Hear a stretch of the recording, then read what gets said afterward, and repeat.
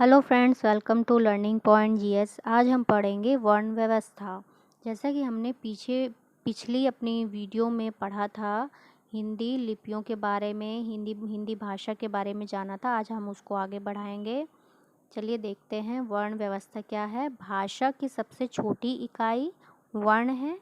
इन वर्णों के संयोग से शब्दों का निर्माण होता है। यानी जब हम अलग अलग वर्णों को मिला देते हैं तो क्या बन जाता है? शब्द बन जाता है, नया शब्द। और वर्णों को ही अक्षर कहा जाता है।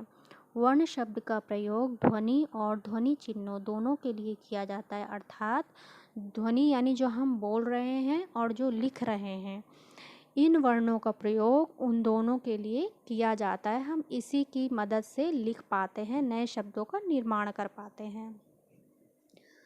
वर्ण ध्वनि के उच्चरित और लिखित दोनों रूपों के प्रतीक हैं। इन वर्णों के समूह को वर्णमाला कहा जाता है। जो वर्ण हैं वो हमारे उच्चारण और लिखित यानी उच्चरित और लिखित दोनों रूपों के प्रतीक होते हैं, यानी दोनों को दर्शाते हैं। इनका जो पूरा समूह होता है उसे वर्णमाला कहा जाता है। हिंदी में मूलतः 52 वर्ण होते हैं। अगर हम पूरा देखें तो ये जो वर्णमाला होती है ये पूरी कितनी होती है? 52 होती है।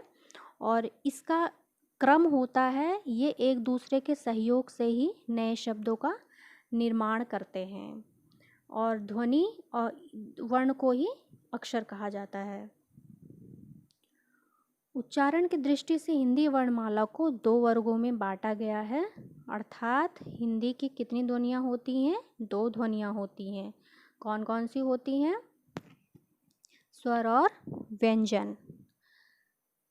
स्वर और व्यंजन हिंदी की 2 ध्वनियाँ होती हैं। हिंदी की 2 ध्वनियाँ होती हैं, स्वर और व्यंजन। स्वर जैसे हमने बताया अभी 11 होते हैं। स्वरों की मदद से ही व्यंजन का निर्माण होता है, यानी इन दोनों के संयोग से ही नए नए शब्दों का निर्माण होता है। देखते हैं स्वर। स्वर जिन वर्णों का उच्चारण बिना किसी अवरोध के, बिना किसी दूसरे वर्ण की सहायता से होता है, उन्हें स्वर कहते हैं। उच्चारण की दृष्टि से पूर्णतः स्वर स्वतंत्र हैं। समस्त स्वर घोष हैं। स्वर 11 होते हैं। अर्थात जिन वर्णों का उच्चारण यानी जिन वर्णों का हम उच्चारण करते हैं उनको बोलते हैं, वो बिना रोके, बिना टोके, बिना किसी की रुकावट के बोले जाते हैं, उसको स्वर कहते हैं।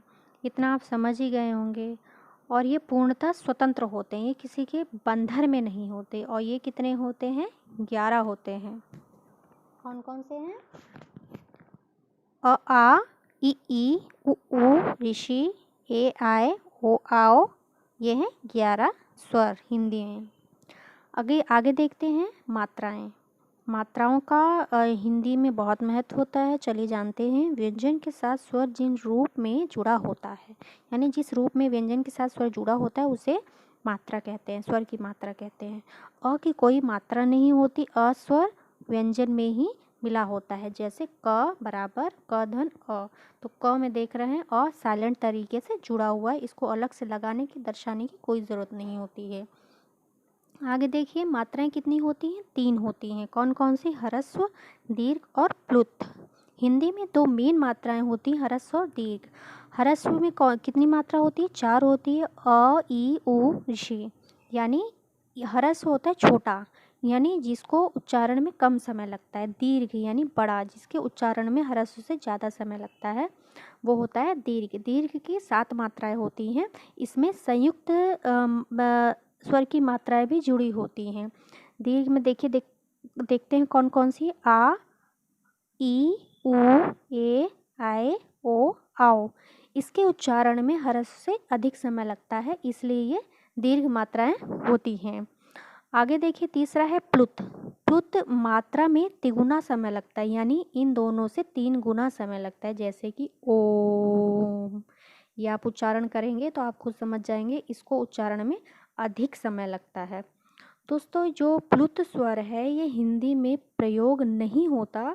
एक तो अक्षरों में जैसे ओम वगैरह हो गया, इसमें होता है, ये अधिकतर प्लुत का प्रयोग संस्कृत में किया जाता है। तो इसलिए मेन जो हिंदी की मात्राएं होती हैं वो कितनी होती हैं?